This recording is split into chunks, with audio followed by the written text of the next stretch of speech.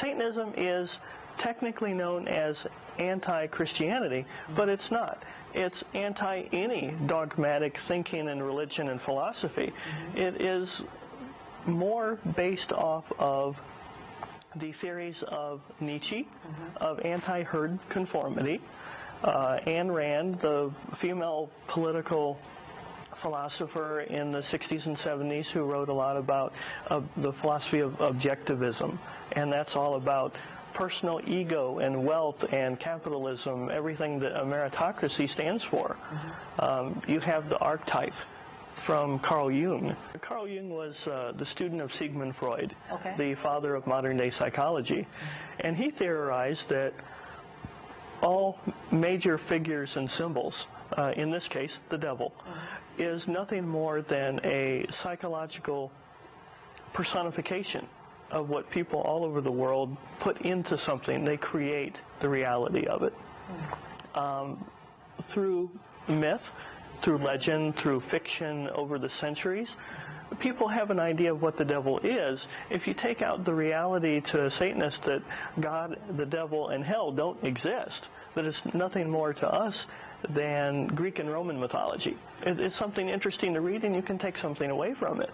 But it's a story to us. If you take the worldview of what the devil is, it's a symbol of rebellion, of intellect, of pursuit of wealth and man's carnal nature, sex and good food and wine and things like that.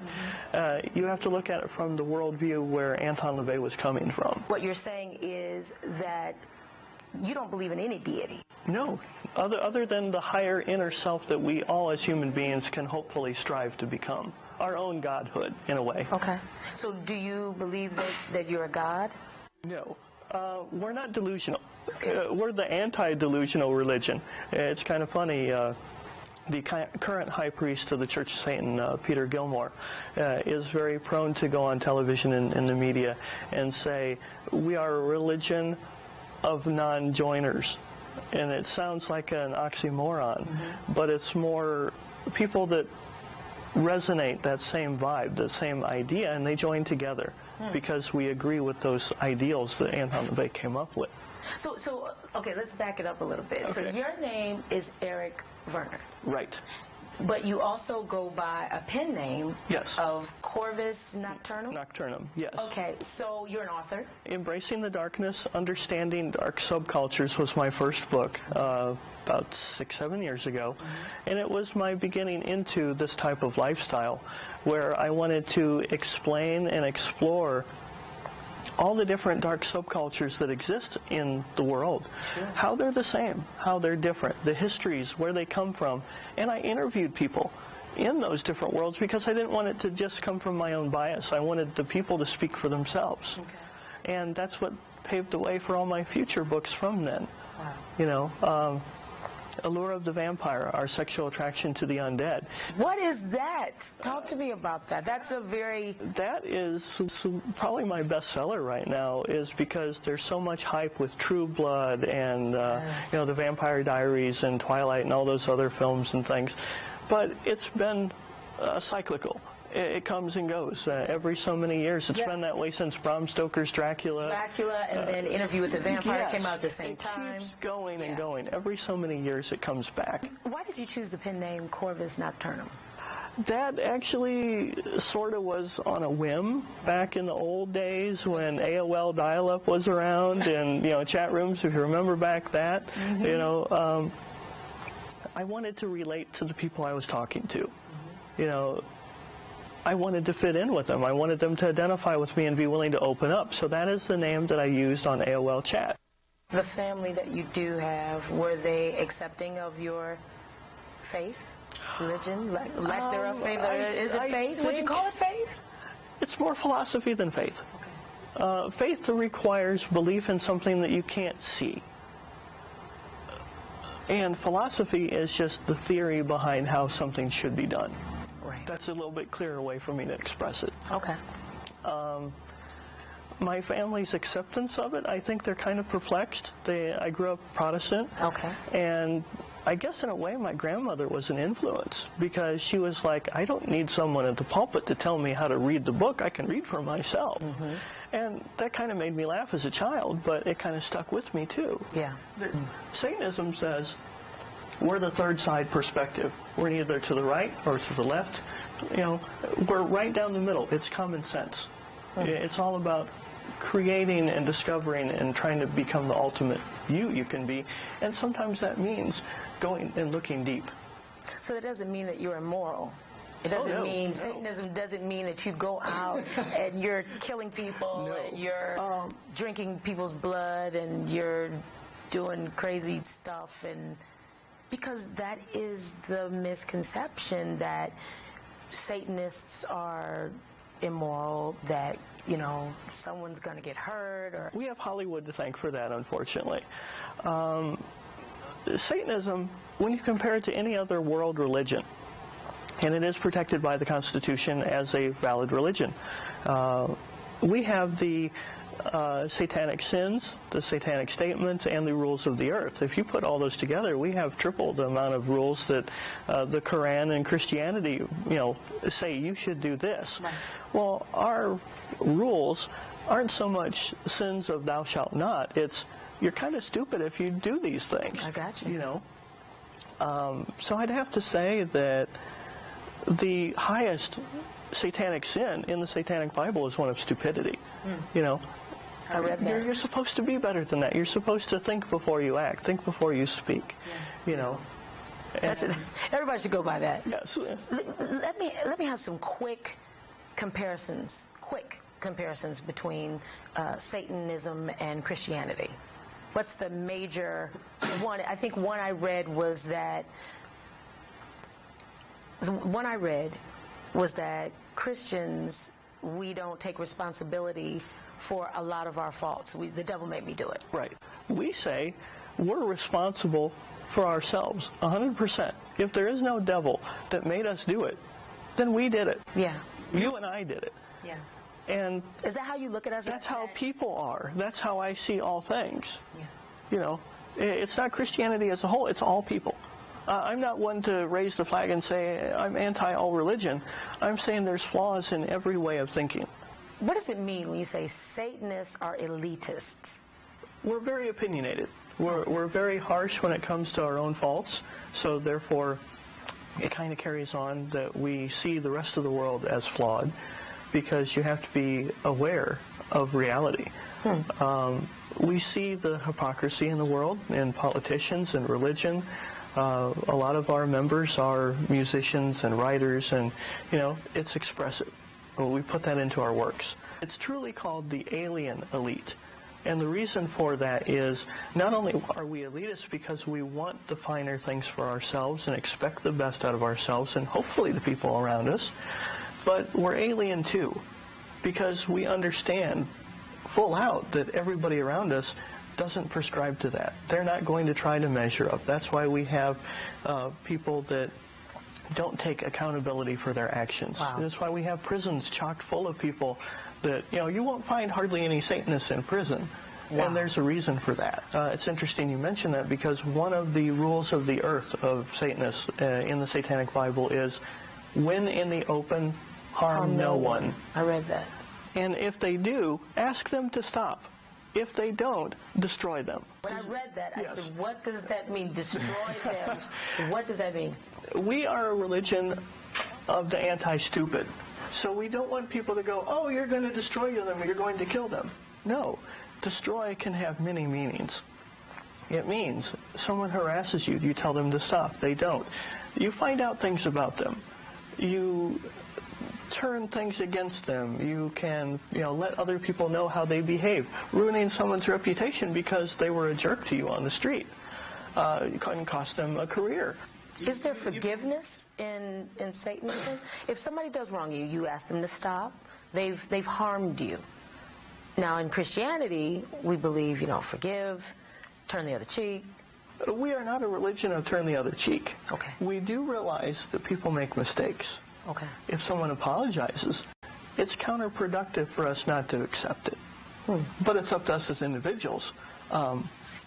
understanding how grievous the harm and the wrong was, if we're willing to accept it or not.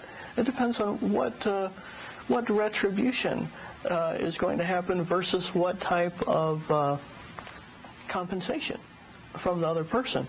Are they just paying you lip service and saying, oh, I'm sorry, because they don't want to go to jail because they know you have them dead to rights and could take them to court over something?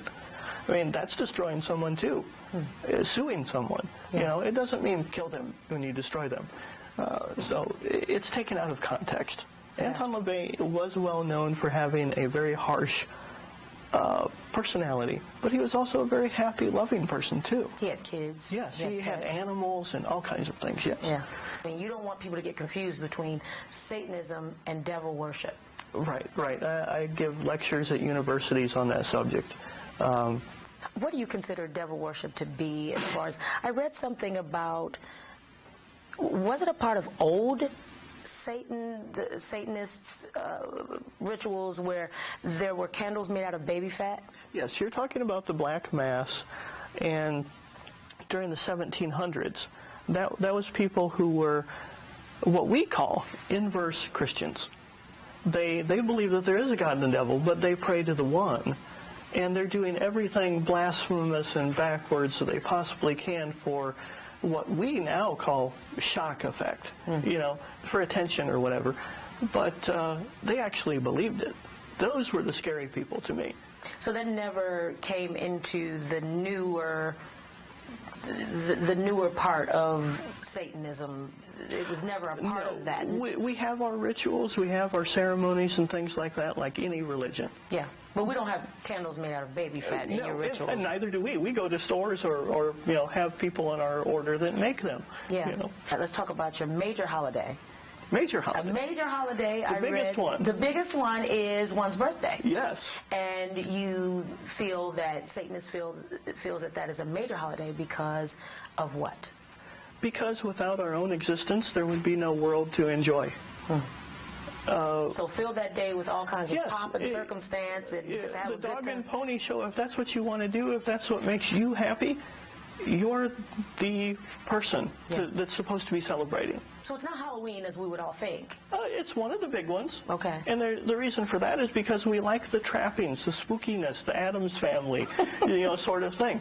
It's tongue-in-cheek. We get to be ourselves for a day along with everybody else who wants to be like us too, but they just stopped doing it. Wow. I'm looking at you now. You're not spooky. Well, a lot of people would think so. You're not. I have the signal of Baphomet and the devil cane that I designed. Now, the devil cane, if we can get a shot of that. Now, when you walked in with that, mister, I said, whoa, that is very intimidating. Do you go everywhere with that? No, just for functions, and, you know, I'm getting a little older, so if I need it, you know, I have it. You don't need it. You don't need that. You're just as spry as you can be. Oh, thank you. What is the pin for exactly? This is actually the official emblem of the Church of Satan. It is the sigil of Baphomet. What is Baphomet? Baphomet is a figure that evolved from the Knights Templar period, way back in the Crusades.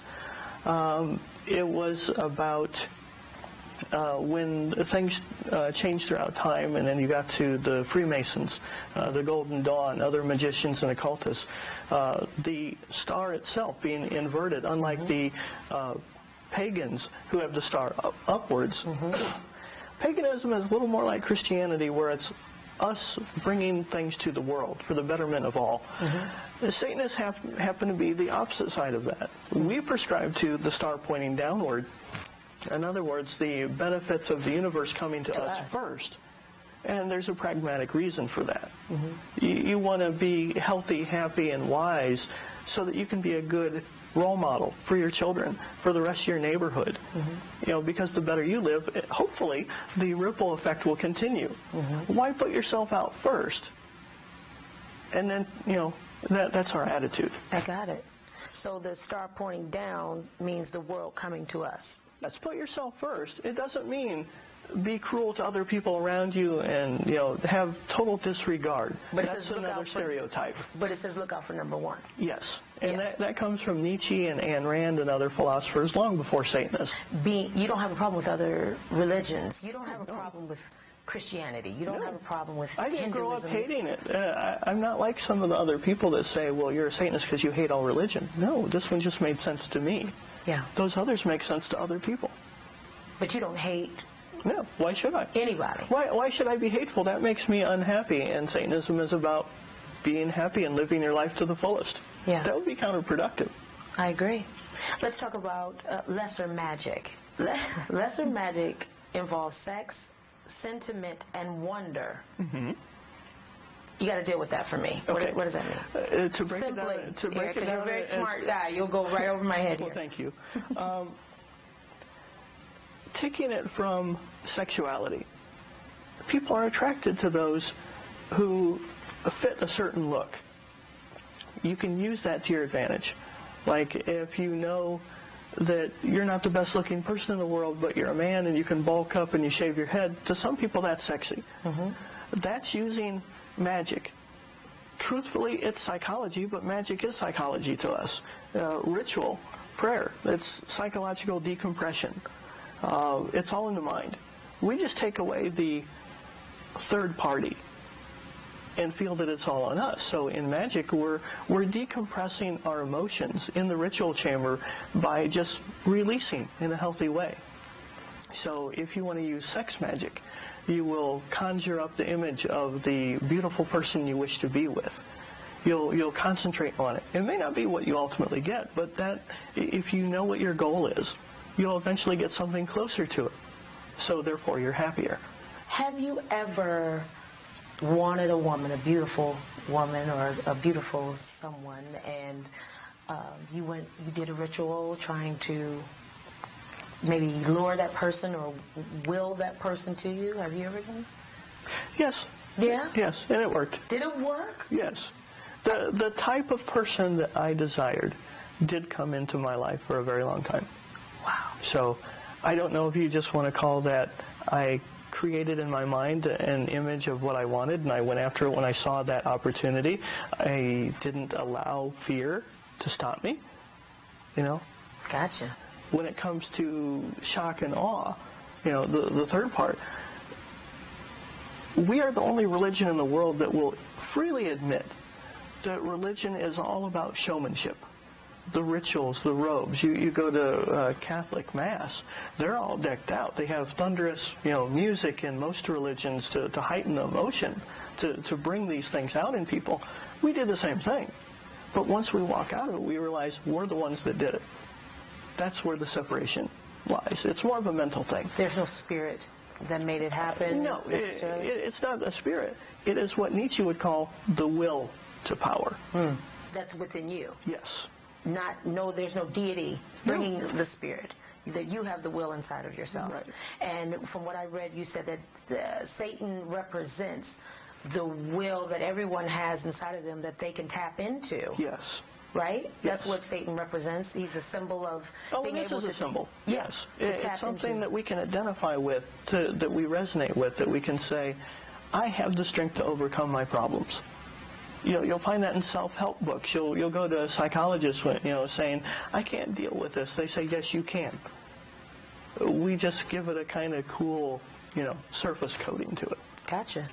So I want to get that right. So the wonder part of it is the what? The wonder part of it is you call it shock and awe? Yeah, that's the way I would describe it to people on a simple level. It's the trappings, it's the heightened emotions, it's the music and the candles and the incense, and some people wear robes and masks when they do it because they want to totally take themselves out of the audience perspective of, oh, well, that's George. No, it's not. It's some guy.